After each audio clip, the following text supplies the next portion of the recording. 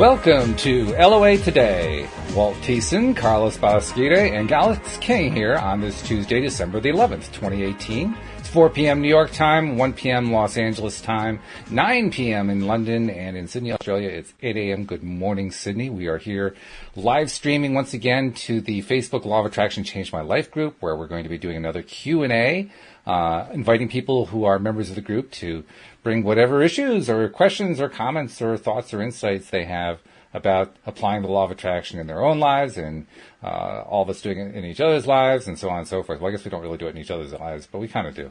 We share our energy. That's a good part. But exactly. But by all means, yeah, right. But by all means, please post your questions if you're listening to the live stream, because that's what this particular session is all about. We've been doing a lot of Q&As lately, and we get more and more people asking questions. So that's a signal to us to keep offering more Q&As, and so that's what we're doing. So, guys, how you doing? Carlos, I can see you're getting your calisthenics in, you're stretching, you're ready to go, you're warming up. Yeah. Good thing. Just trying to get limber here, getting ready for these questions, See, it's appropriate, because I just got back from work out at the gym, and I just joined a gym for the first time in a long time, and so doing calisthenics is a good thing. And, the only thing I haven't figured out, I haven't got my personal trainer to explain to me what calisthenics I should be doing to warm up for answering law of attraction questions. But I will bring that up in the next session. Yeah, I just got out of the car I was in the car for a couple hours, so that's why. Oh, yeah. I try to stay, good posture. It's good, makes you feel good, when you can stand up straight. Absolutely. And Alex, how you Very doing? true. You're looking gorgeous with your hair there. You've done something different. I'm not sure what it is. It's blue. It's just blue. Okay. I don't know if I like it, though. It might go back to purple, so we'll see. Well, it works Let it nice. marinate. It works nicely with your jacket. It's a nice color combination. It has a beautiful presentation on these screen. are my PJs. Oh, your These are my PJs? Oh, okay. PJs. So, yeah. so not only are you color coordinated, but you're relaxed. That's really good. I'm very relaxed. I take it you've been having a good week and had a good weekend and so forth. I did. Yep. Yeah, I can tell. Being It's lazy. all over your face. That's the thing. Yeah. You're a lousy poker player. You just give away all your tells. Yeah. Oh, I'm a great poker player. Are you really? Oh, okay. Sorry, I didn't mean to be insulting. Very good. Excellent. So how was your week? Well, It's been improving, actually. As most good. listeners know, my wife has been dealing with some medical issues, and she's showing improvement. The medication that Great. she's on is helping a lot, and she's actually able to get up and do things for parts of the day. So, yeah, it's definite improvement. In fact, I mentioned a couple of podcasts this week so far that on Saturday she came into the bedroom at one point during the afternoon and looked at me and said, "I feel like my old self again," which was like great news to hear.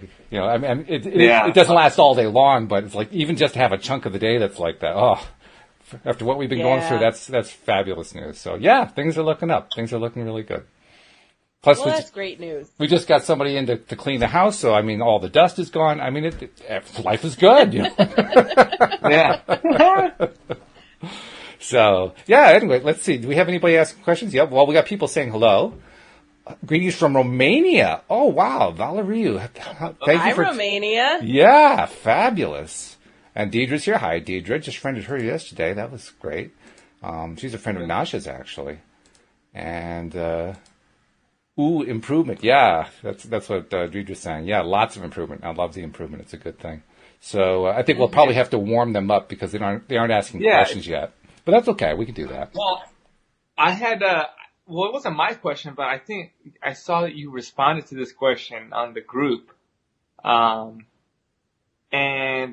yeah, I kind of wanted to chat about it if we didn't have a question yet. But Sure. The question was, and this is not verbatim, so forgive me if I screwed up, but it was something about how do I believe in the law of attraction even if it's never worked for me or something like that. You remember that question? Oh, I saw that. Yeah. It's a good Right. question. So it was a great question. So I just thought I've been thinking on it, and for me it was just I think there is like a disconnect when because you're right. Well, I think Walt had said something along the lines of, well, you already have used the law of attraction, or you're already doing it. You just don't. Everything that you bring into your life is manifested, good and bad. And so I think that sometimes we just have to like be able to look back and start to connect those dots, right? Oh, this happened. Okay. Well, this was bad, but look, okay, well then this happened after that. And could I have had this without that? Oh, maybe not. Okay. So you kind of, okay. You start to see, or you start to, I was thinking about this at this time, and, this kind of happened. But, because I think that the person was asking how to kind of be more intentional. Right. Oh, I'm sure they were. Yeah. I wasn't trying to answer the whole question with my answer. My answer was intended to basically get them to rethink their question, to get them to understand that when you're asking, well, how do you make the law of attraction work? You're doing it every single day. And the way I tried to explain it was just look around at your life. I mean, if you have like a particular person in your life and you really don't like that person in your life, then ask yourself, how much time do you spend thinking about that person, or talking about that person, or complaining about that person, or wondering what to do about that person? And then you wonder why the person's in your life. Take your attention away from the person. Towards that person. Just stop paying attention. That's how you get rid of the person. So, I mean, that's once we understand that part, then it becomes a lot easier, I think, to become a deliberate creator. I think the hard part is becoming a deliberate creator without knowing that happens, because now you're just kind of flying blind. Like, okay, I put out my request. What's happening next? I don't understand. Right. Yeah. And no, that's a good point. I think also like I don't think that when somebody kind of says, or think about it, or become obsessed with it, and that's how it meant. I don't think that they realize the amount of what you're talking about. It's not hey, I'm gonna think about it every once in a while kind of thing. If you really want to be deliberate about it, you got to talk about it every day. You should be researching, looking it up. Just everything that you put. If it's really what you want, you put in that time, and start small, right? Like don't try to change the world on your first, thing that you want to manifest. Make it something like, who knows? What's something small? Just, maybe a job change or something like that, or like, which some people would consider to be huge, actually. Yeah. I'm trying to think of a good example, but, I guess, anything we kind of, ask the universe for is, I have a good example. What's that, Alex? I manifested these PJs. All right. Yeah. Cause, what happened was like 6 months ago, I had bought similar PJs for my dogs. And so they have matching PJs. And then like a month ago, I was sitting there and I was like, man, I wish they had these in my size. And then walking through Kmart, lo and behold, there they were. And I was like, oh, gotta buy it. That's now a good one. Yeah, my dad used to always do that with a parking spot. That just reminded me of Target. So he would tell me right before we are going into the parking lot, oh, they always save me one here, right here in the front. And no, really here, right here in the front, right here. And it was crazy because I was like, man, this guy always gets lucky, or this guy, for the most part has a parking spot all the time right in the front. And he was but he said it with so much, that's the point, is you say it with so much confidence. You believe it, and that's something that you can easily take the doubt from, you know what I mean? Like, oh, easily. It's something small that you can kind of, hey, yeah, there's going to be one there. But kind of, start with something small, PJs, parking spots, those kind of things, and kind of grow. You don't go to the gym and start with 300 pounds either. You got to work your way into it. So baby steps. Right. People are telling us where they're from. We've got a listener from Pakistan. We have another one from the Czech Republic. Welcome. I mean, this is just mind-blowing how many listeners we have from different countries around the world. Yeah. I love the Czech Republic. Yeah. I've met a few people from there. It's fantastic. They were very, very cool. Yeah. I just continue to be blown away. And Deidre says, Nasha is also from Pakistan. Yeah. So we have two people listening from Nasha's not here yet, I don't think. But two people from Pakistan. It's so cool. Technology's a wonderful thing. You know that?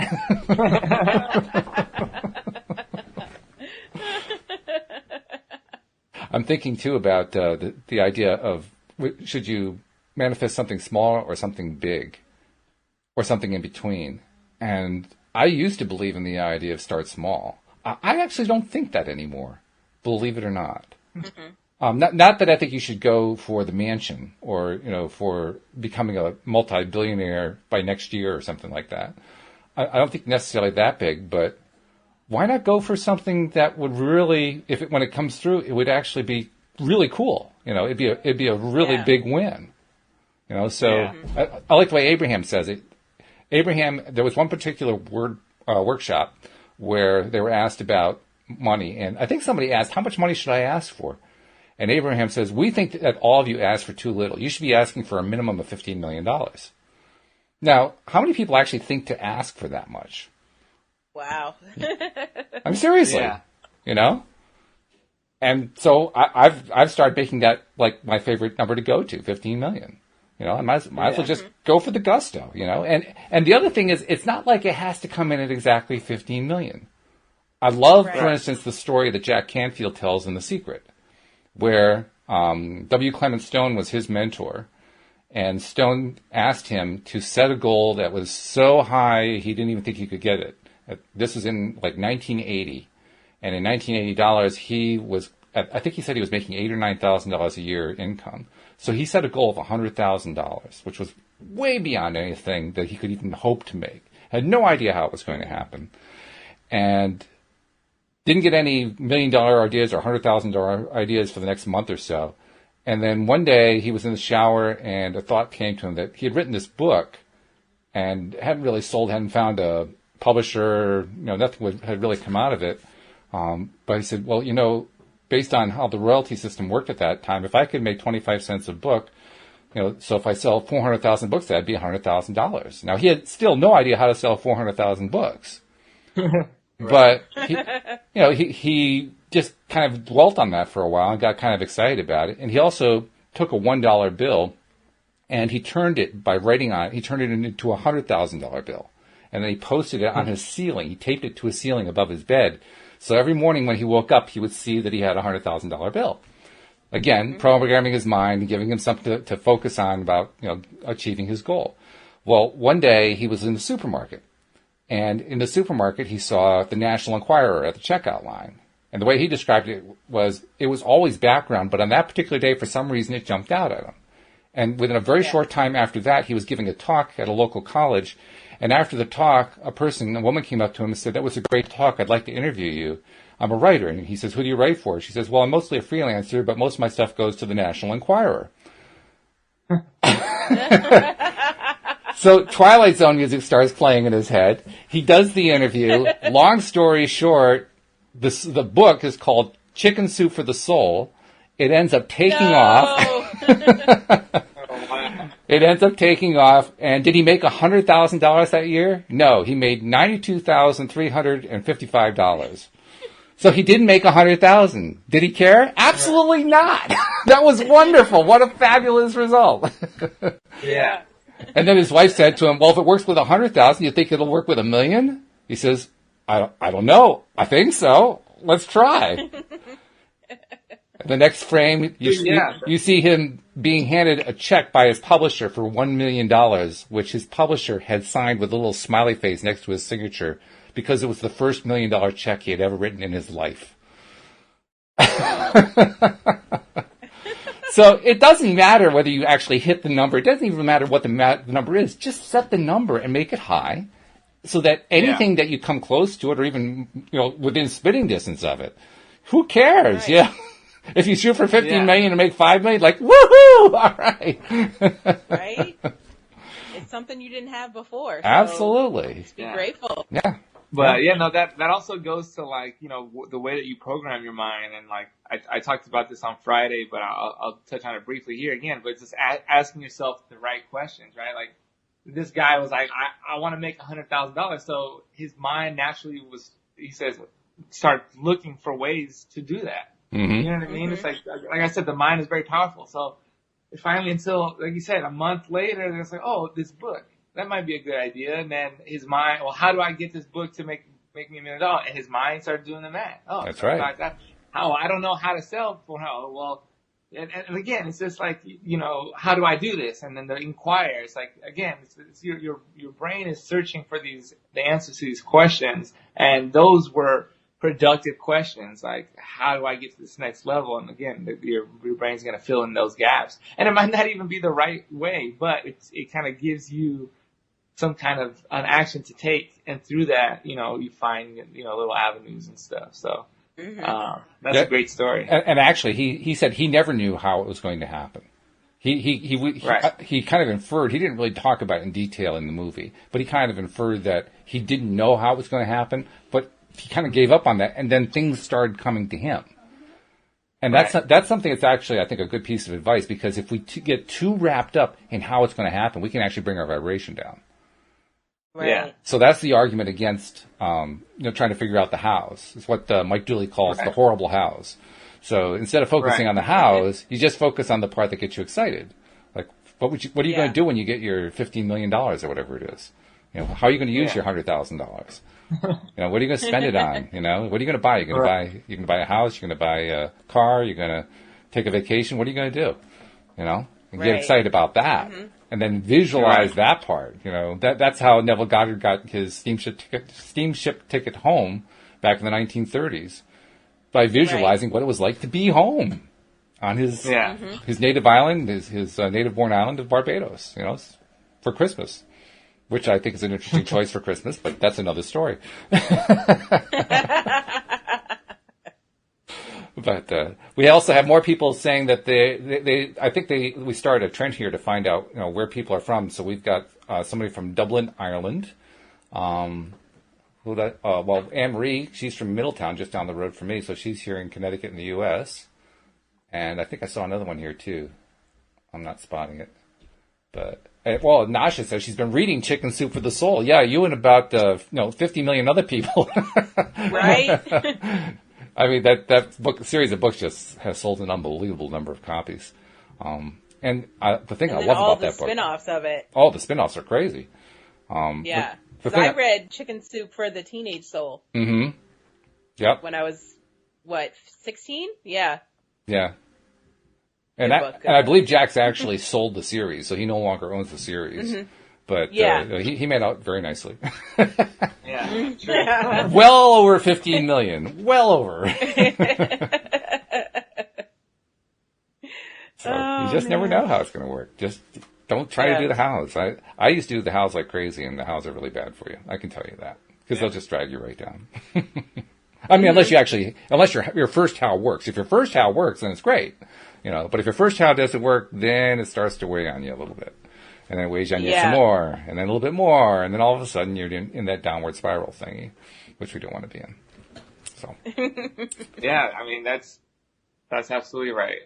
The thought happened to me, actually. I was just, how I got into the acting thing was, I was doing the stand-up, and I was like, man, this is kind of, I just had it in my mind. I kind of wanted to get into that, and I wasn't forcing it though, right? I was kind of just, I was thinking about it a lot, and then a friend of mine from high school, who's now a commercial agent, had seen a picture that I posted, and was like, and reached out, and it's nice. Like, and then it just kind of went into happening, Mm-hmm. It's like I didn't have to try. I mean, and a lot of, it's very strange. Like most of the time, you have to go and you go on a lot of meetings and those kinds of things. But yeah, it's like when it's for you, just, it kind of comes to you, Absolutely.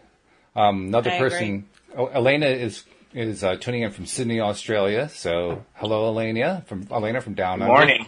And, Carlos Nasha is saying hey to you. So, hey Nasha. There you go.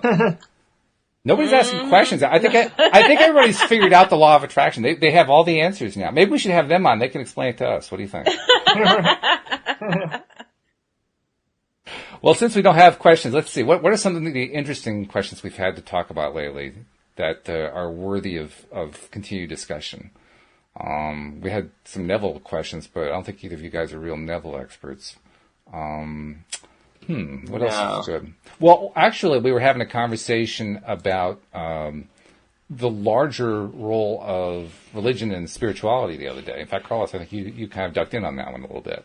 Yeah. Yeah. Yeah. Yeah. And that was kind of interesting because we normally don't go that deep into the spiritual side of the whole topic.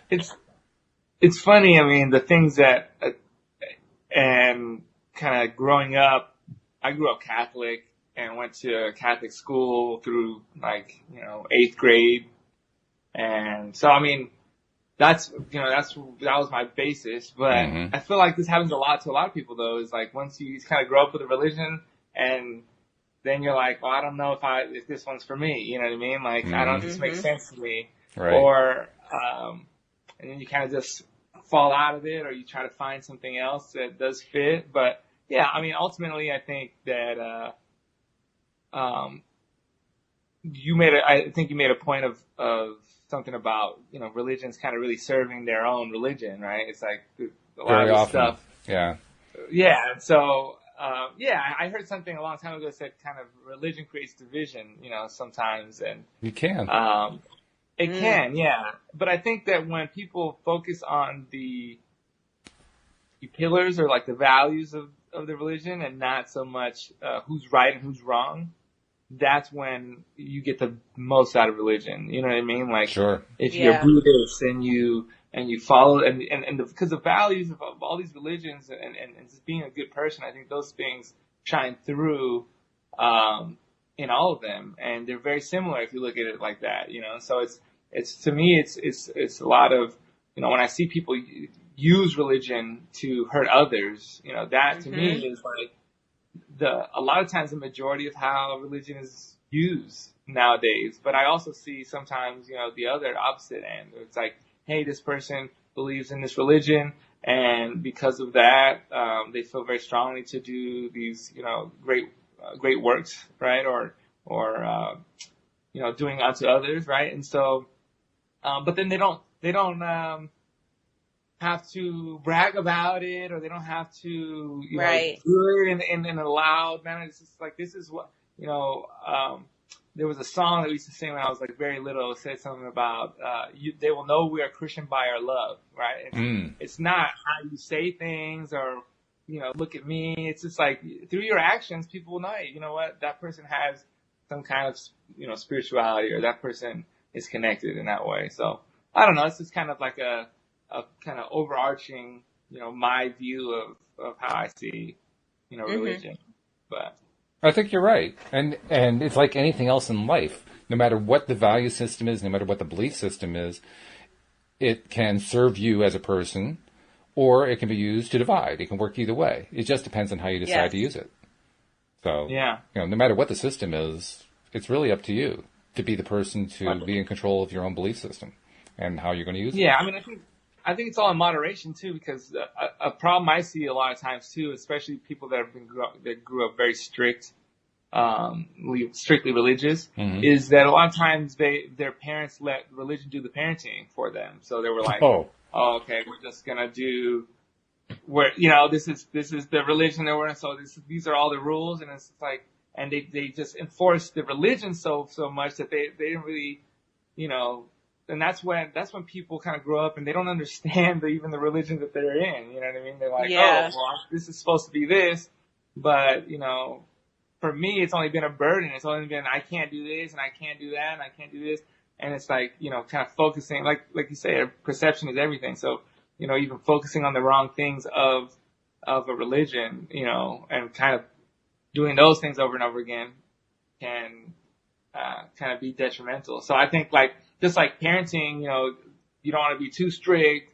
Then you also don't want to be, their best friend. You want to have a kind of real middle ground relationship. And I think that's the same thing with, religion. If you treat it like a cult, or you treat it like it's like, and it's everything is, against you, or like, I can't do this, or you just limit yourself, based on it, then you're not going to like it, and you're not going to really draw the things that you should be drawing from them. But I think that you should really just take things, for the positives, right? Always.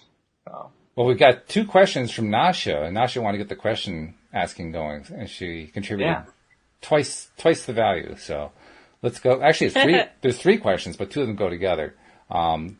First question is, what is the true meaning of letting go of your past? What is the true meaning of letting go of your past? And I think that's probably in the context of being a deliberate creator, because one of the concepts that gets discussed is if you've got something in your past that's an old tape that's playing in your head, and it's interfering with your inability to get into that, what Abraham calls that high-flying place, that really good-feeling place, then you have to address it somehow. You have to deal with it. So, but the way she phrases it is interesting. What is the true meaning of letting go of your past? What do you guys think? That's an interesting question. Yeah. I think, personally, I think that has to do with forgiveness, forgiving and forgetting the situation or whatever, is holding you back. It's an interesting point. Yeah.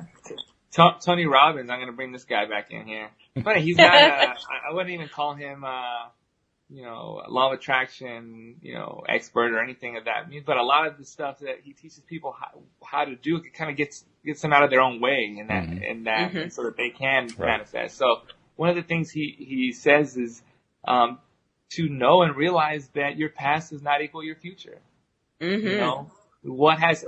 Even if you've done something and it's happened 5 times that way, that doesn't have to be the 6th time that it's going to be that way. You know what I mean? Right.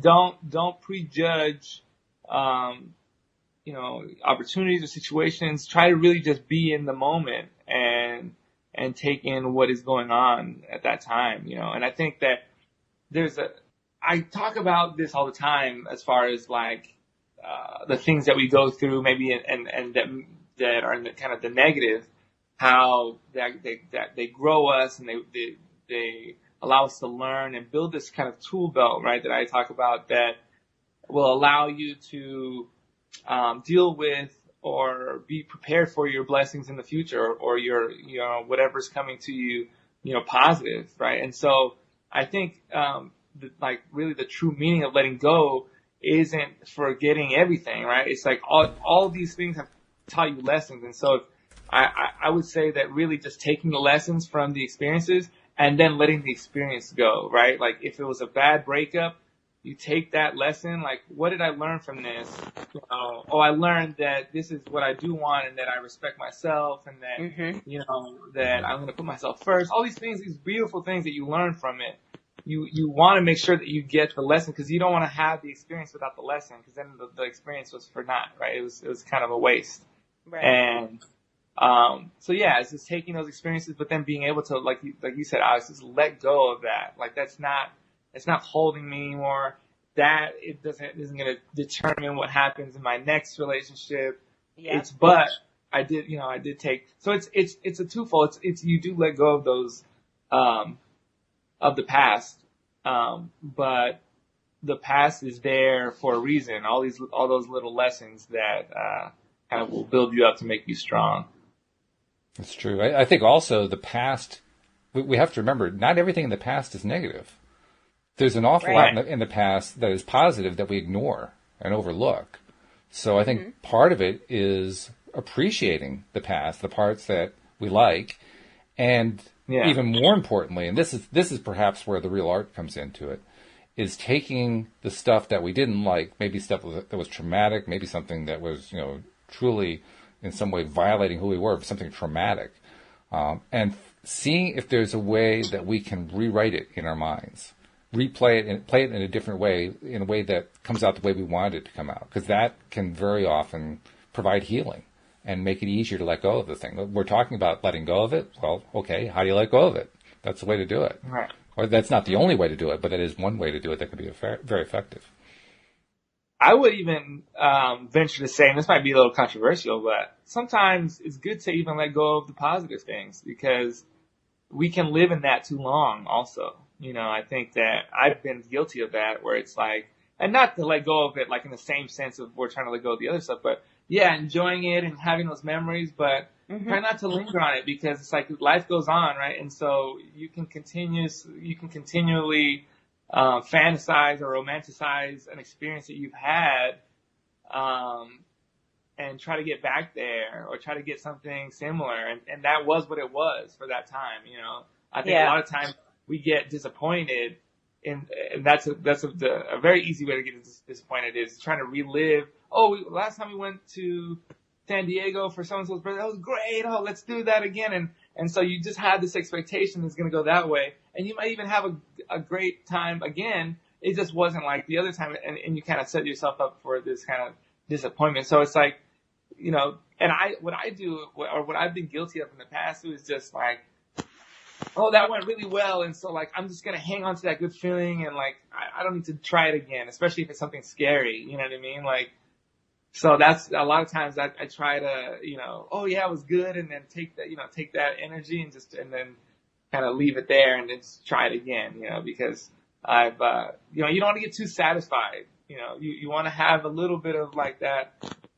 you know, that hunger. So are you an advocate of like, the idea that life is a buffet and you want to just start sampling everything you can find on the buffet? I do, yeah. I sample as much as I can. Mm-hmm. And you can, I think anybody who knows me knows that, you know, just all the different jobs that I've had, you know, and all the different things that I've tried. And, yeah, I'm an open book for sure. That's a good thing. All right.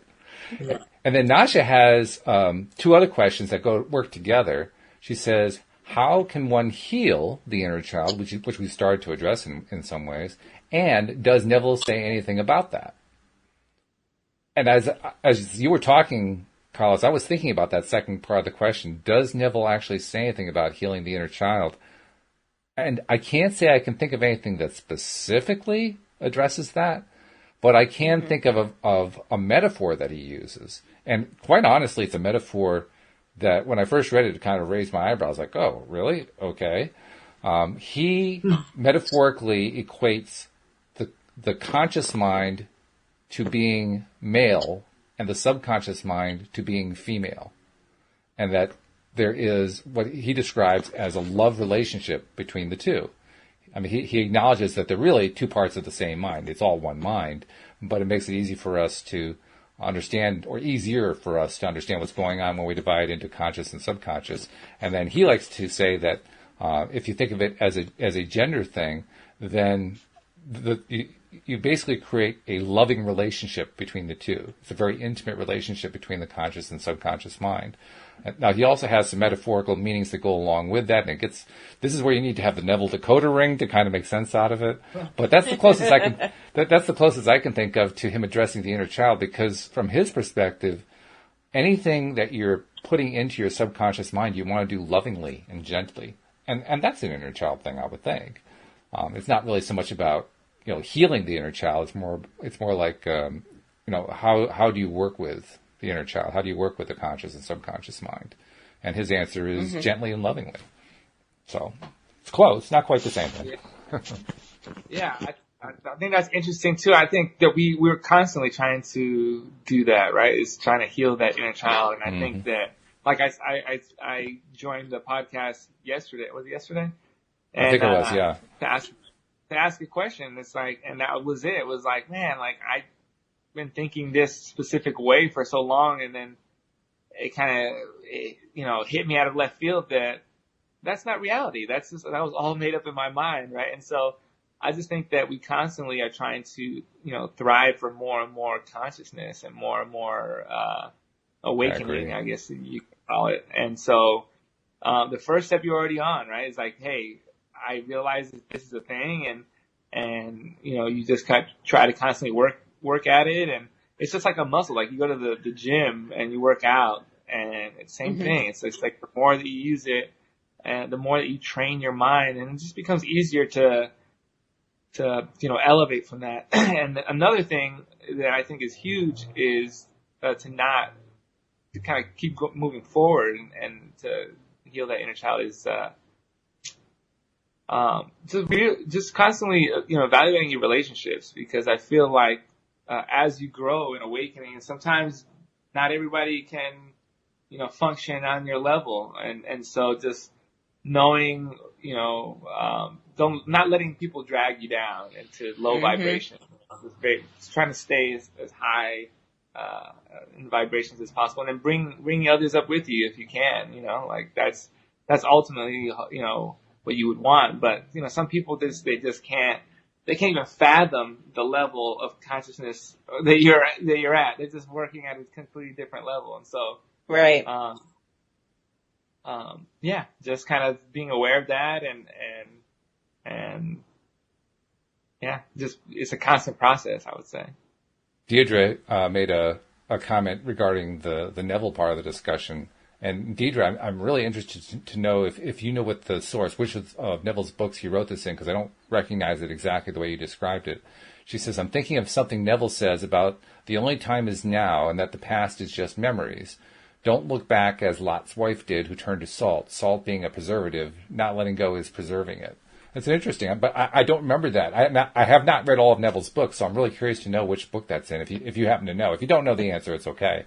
But if you happen to know that, I'm going to be curious to know where it is because I want to see that. And then we also had a question. Well, it's sort of a commentary and a question from Aliyah. And Aliyah says, I used to get bullied in high school. I have learned to love myself, but how do I get rid of those beliefs in my subconscious mind that stop me from living my life the way I want to? I care way too much about what people think about me, constantly scared of people bashing me, and I know that I need to let those old beliefs go, but I don't know how.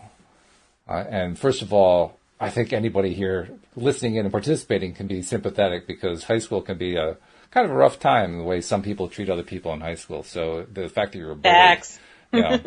What's that? Yeah. I said facts. Facts. Oh, yes, right. Yeah, absolutely.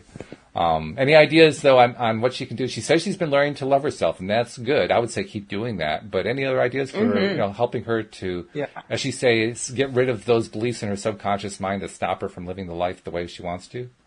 Well, that's what I just started doing the other day, and I think, and I'll bring it up here because if you weren't listening yet to yesterday's podcast, but I had joined and asked Juan, it was Patty, right? I think was his name. Yep, Patty. Juan Patty about. I had something similar. It wasn't about bullying, really. It was just about how I grew up thinking about the expectations that women have for men that they date or their significant other. So I had this, like you, I had this very these subconscious, beliefs that just, and I know that I have them, and you just kind of have to try to let them go, right? So it is hard. But yeah, just loving yourself. And then I have found that, the more transparent that I am with those who are close to me, the more myself I will feel. So like, I know that even, being subconscious, even the people that are, closest to you, there's certain things that you don't even tell them. It's like, oh, I'm embarrassed. You like to control the way that people perceive you. And that's the kind of the control that you have because, as, in high school, when there's people bullying, there's not a lot of control. So it's like that, when you kind of get out of that, people like to hold on to that control of how people perceive them. But when you start to let a little bit of that go, like might tell your best friend, hey, actually, I know that, I don't know, whatever it is, like, hey, I know that, I seem like I'm, this, but it's like, this is something that bothers me and stuff. And then you start to realize it's like, oh, that person's not judging you, they're accepting you for who you are. And so you start close with the people who are close to you and just become a little bit more and more transparent. And then my goal, because I'm not even there, I'm very in the infancy of this, but my goal is I want to just be able to tell anybody anything without any, embarrassment about anything, or just be completely open. Oh yeah, this happened to me, and it's just because that to me is ultimate freedom is the lack of fear, and that's kind of what that is fear of judgment, right? And so right. I would say just that's my advice. Is just that, or that's what I've been doing. So I can't even tell you that this is concrete advice, but as somebody who's going through it, this is what I'm trying, and just try to kind of lift that shame or that embarrassment over, and everybody has little secrets, right? And so that maybe try that. Maybe that'll help you out to kind of love yourself even more, Yeah, that's good. Essie actually gave a response to Aaliyah. She said, daily positive affirmations to get those beliefs out of your system, and that's true. Positive affirmations can help with that. In fact, one thing we've talked about on quite a few of the podcasts is mirror exercises. Talk about Jack Canfield. He's the one who presented the idea of mirror exercises that I saw for the first time. There may have been others who did. But mirror exercises are a wonderful way to build self-esteem. And Aaliyah was talking about how she's been working on having learned to love herself. Well, that's the way to build it up even more. Nothing like looking into your own eyes in the mirror and saying to yourself, I love you. Especially the first time. The first time it's like, oh, God, do I really have to say this? No.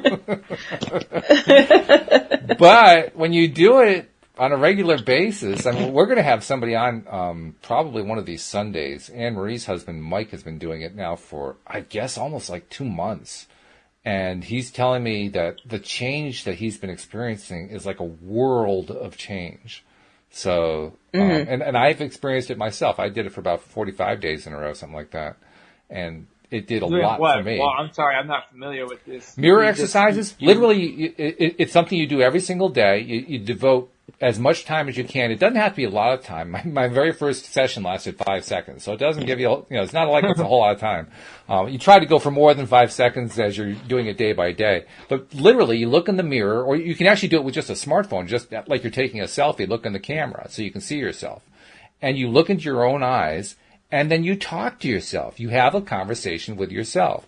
And the purpose of it is to build yourself up by telling you all the things that you like about what you're doing, what you're thinking, what kinds of efforts you've been making, how you've been treating people, all the good things that you've been doing in life, just to reassure yourself and remind yourself, you're a really good person. You're special. You're a fabulous person. You deserve to be loved. You deserve to have good things happen.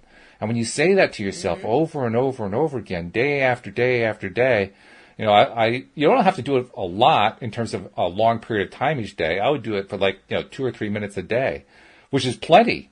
You do that for 2 or 3 minutes every single day, you're going to start feeling results. It's going to happen. For me, one of the big results I got, that negative chatter that shows up in your head, the negative thoughts that come out of nowhere and they're hounding you and they're bugging you. Negative chatter went away completely. The negative chatter blanked out after 30 days. It was gone entirely. And I was just kind of grooving on, wow, my mind is so quiet these days. It was really nice. I'm gonna try that. Yeah, it's good. It's a really good exercise. It's very powerful. The hardest part is just getting through the first couple of days where you're saying, oh, God, do I really have to say that to myself? It's very cringy. Yeah. Well, once you get past that, and even if you're just doing a few seconds each day, at least you're doing it. The main thing is establishing that habit. But after you do it for 2 or 3 days, all of a sudden it gets easier. It's like, yeah, all right. So it's a little bit stupid that I'm saying this, and you start making arguments like that. But at least you're doing it. You're actively doing the daily exercise. And that's what you really need. The daily exercise is where it starts turning around your own image of yourself in your own mind, both consciously and subconsciously. So, yeah, I recommend highly mirror exercise. It's very, very powerful. Cool. So, yeah, and Deidre asks, is that what it's called, mirror exercises? Yeah, in fact, let me see. I'll see if I can find the blog post. Jack Canfield posted something about mirror exercises, and let me see if I can get that. I'll just post it into the chat here for people who are watching the live stream. Yeah, here it is. So that's going in right now. All right. And Bronwyn has already volunteered that she's going to start doing the mirror exercise. Good for you. All right. Oh, well, Nasha is asking questions like crazy. Her next question is a paradigm shift. How do we do that? And does it take time? Interesting question. I guess it depends what you mean by a paradigm shift. Because a paradigm shift could be for yourself or it could be for a society. I'm not sure what you have in mind. Yeah. I think it takes a little while because, and there's not any set time, but for me, I think when she said that, a paradigm that I've had to shift is what does success mean for me as an adult, and it's or in success in career, right? And so the paradigm was, or just, society is, if you're an artist, they're people ask you, well, what if you don't make it?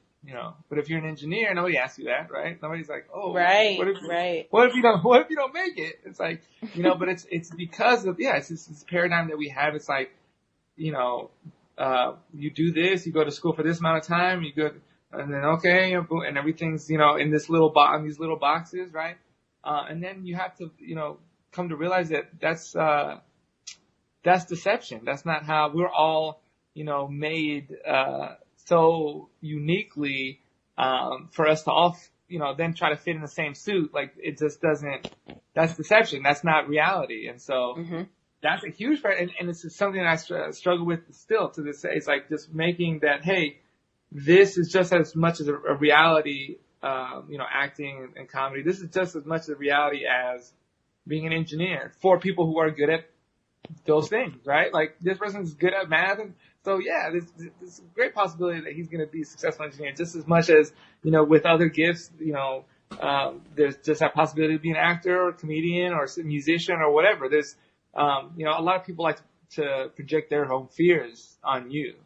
And so that's another thing. It's like, and imagine when all of society has that same fear and they're telling you that it's very difficult. And so that's to me, is what makes it difficult. But I think the more, awakened or conscious you become, the easier it is to separate the outside noise and say, okay, that, what does that have to do with me? Is what I like to ask when somebody's like, oh, that's really hard. That probably won't happen because I tried that, or I knew somebody did that and it didn't work out for them. What does that got to do with me? You know what I mean? Like that's just like my past doesn't equal my future.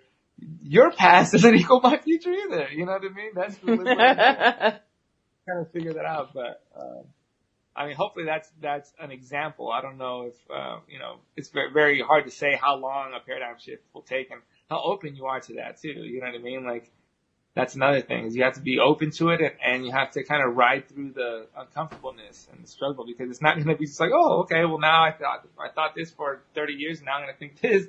There is that, constant, oh, well, your mind kind of reversing, you have to adjust and you have to keep adjusting and realigning and realigning and realigning. So it also depends what you mean by a paradigm, I think, but a paradigm for me is something that plays a major role in your life, which is a fairly broad definition. Right. So when you're trying to make a paradigm shift, you're trying to make a major shift in your life. And there are a lot of ways I think you can look at that. One of my favorite ways to look at it is the way Abraham describes it. And the cliche that gets repeated so often, but it's really true, is when Abraham said, it is just as easy to manifest a castle as it is to manifest a button. And it's true.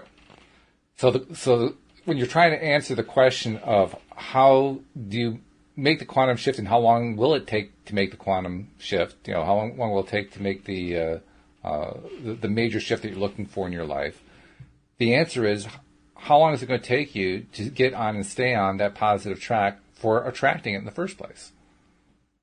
Because when you're on that track, if you really get on that track and you're really in a belief mode, like, yeah, I believe it's going to happen. In fact, I don't have any doubt in the world.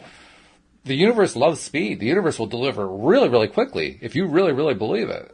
The only reason that we have any kind of delay is because of our doubts and our concerns and our worries and focusing on, what if it doesn't work? And, the other part too is so many of the requests we make from a perspective of lack and we don't realize it.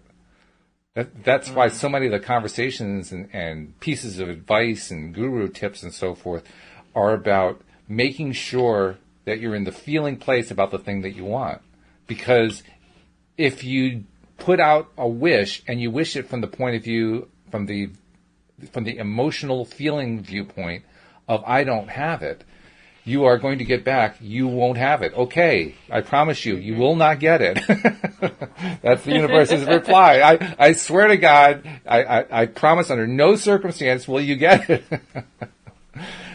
And we don't realize it. We often don't realize we're putting out that kind of a vibrational signature, but so often we are. So, how do you make a major shift happen, a paradigm shift? You do it by believing it and by living it and thinking it and making it your life. And how long will it take? How long will it take for you to stay there and believe it? That's it. Really, in a nutshell. Yeah, I mean that's the hard part though. That's where it comes into like the realigning, because it's like that's the doubt. Is what you're saying is the doubt is the killer of manifestation, right? So it's like that's why I think it does take a little bit. I mean, if you have that ability, that's great that you can just shift an entire way of thinking or something completely different in your life and just go after it. But sometimes, it just takes a little work. But I think, one thing is make the decision. If it, like you said, if it if it's a huge thing in your life, what I'm saying isn't like, hey, kind of do it and then think about it and then kind of, release a little bit of doubt at a time. No. I'm talking, you have to make a decision, because not making a decision is also a decision. So yes, it is. You want to make that decision, and then a lot of people. So I'm going to share this with you guys because my dad shared this with me, and I've listened to this, or I've kind of had this in my brain for a long time. But a lot of times when we have to make a hard decision, life decision, we don't because we're afraid. We're afraid of making the wrong decision. But once I learned this, there is no wrong decision, right? It's like, you make the decision, you make the best decision that you can at the time, and then you deal with the consequences, and you make it the right decision, right? It's like a lot of people think that after making a choice, their power kind of goes away, and now they're stuck.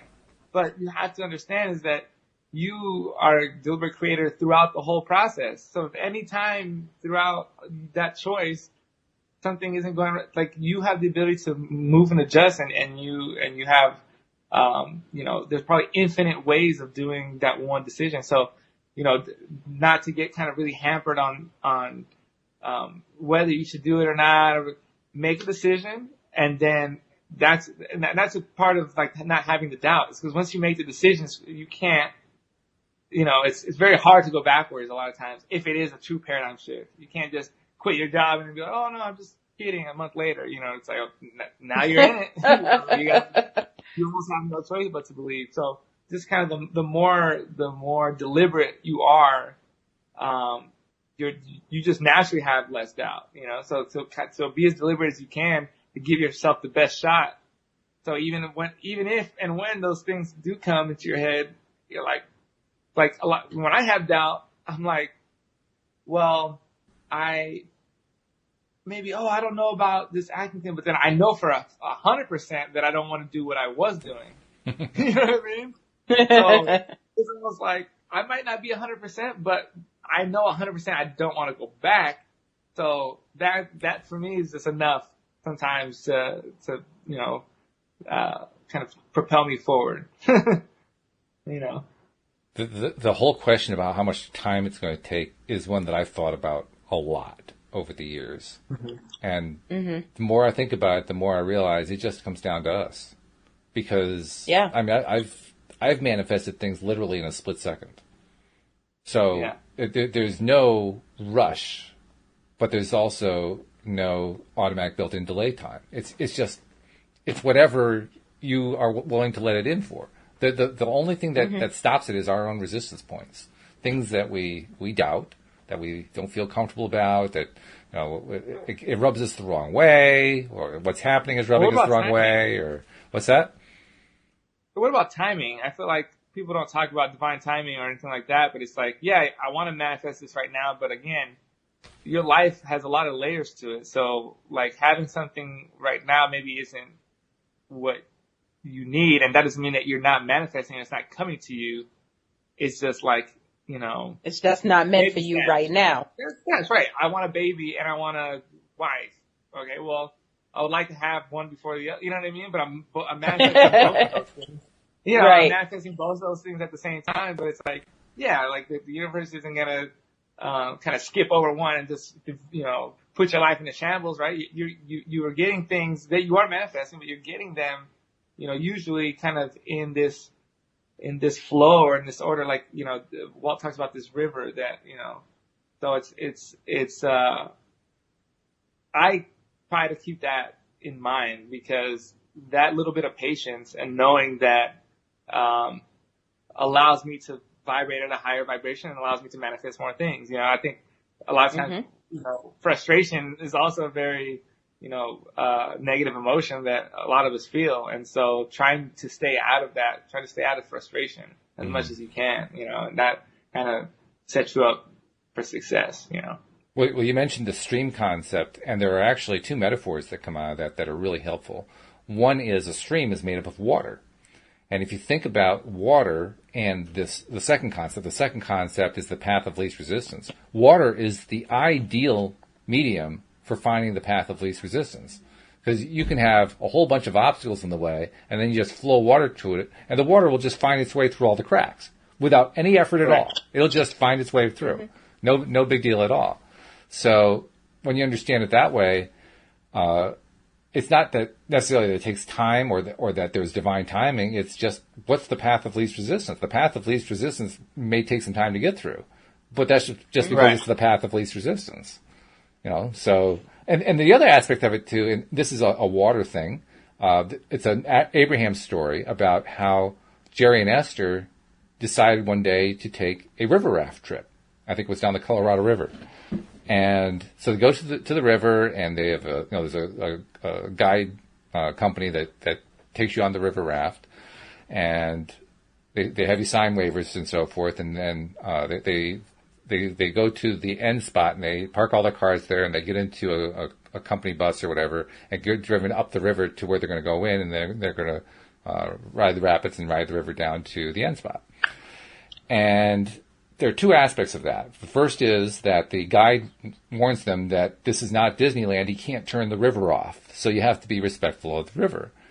The second is that Abraham creates a what-if scenario. What if Esther and Jerry said to the guide, after we've heard about how rough the river is and all that, we're wondering, could you just drive us back down to the end spot and put us out like 200 yards out, and we'll just ride the last 200 yards in.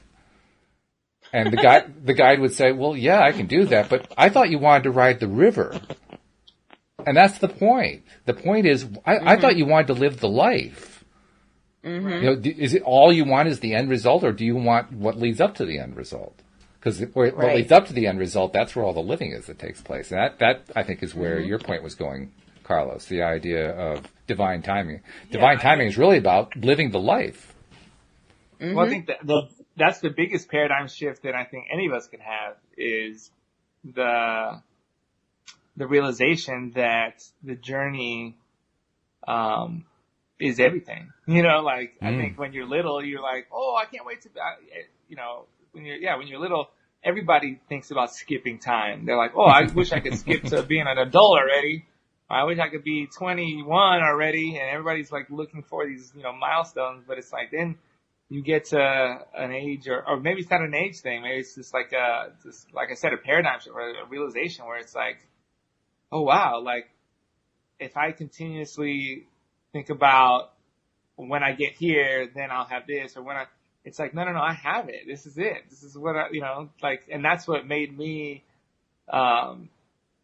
make the career decision I made. It's like, because I was doing that. I was like, oh, well, when I have, once I get to whatever, and it's just like, man, this is sucking every day until I get there. This doesn't make a lot of sense to me, right? Like, so now, if the journey is enjoyable, then, the end will be just as enjoyable. You don't have to wait, to start enjoying life for any specific moment. Yeah, that's true. Well, as usual, our hour has flown past, but this has been really good. We've had some good questions, and thank you very much to our listeners in to the live stream on the Facebook Law of Attraction Change My Life group, because you made it that much more special. And Alex and Carlos, I'll be talking to each of you for different podcasts on Friday. Yeah, yep. Cool. So it's going to be good stuff. We'll see you all then. And we hope that you'll join us next time as well here on LOA Today. Goodbye, everybody.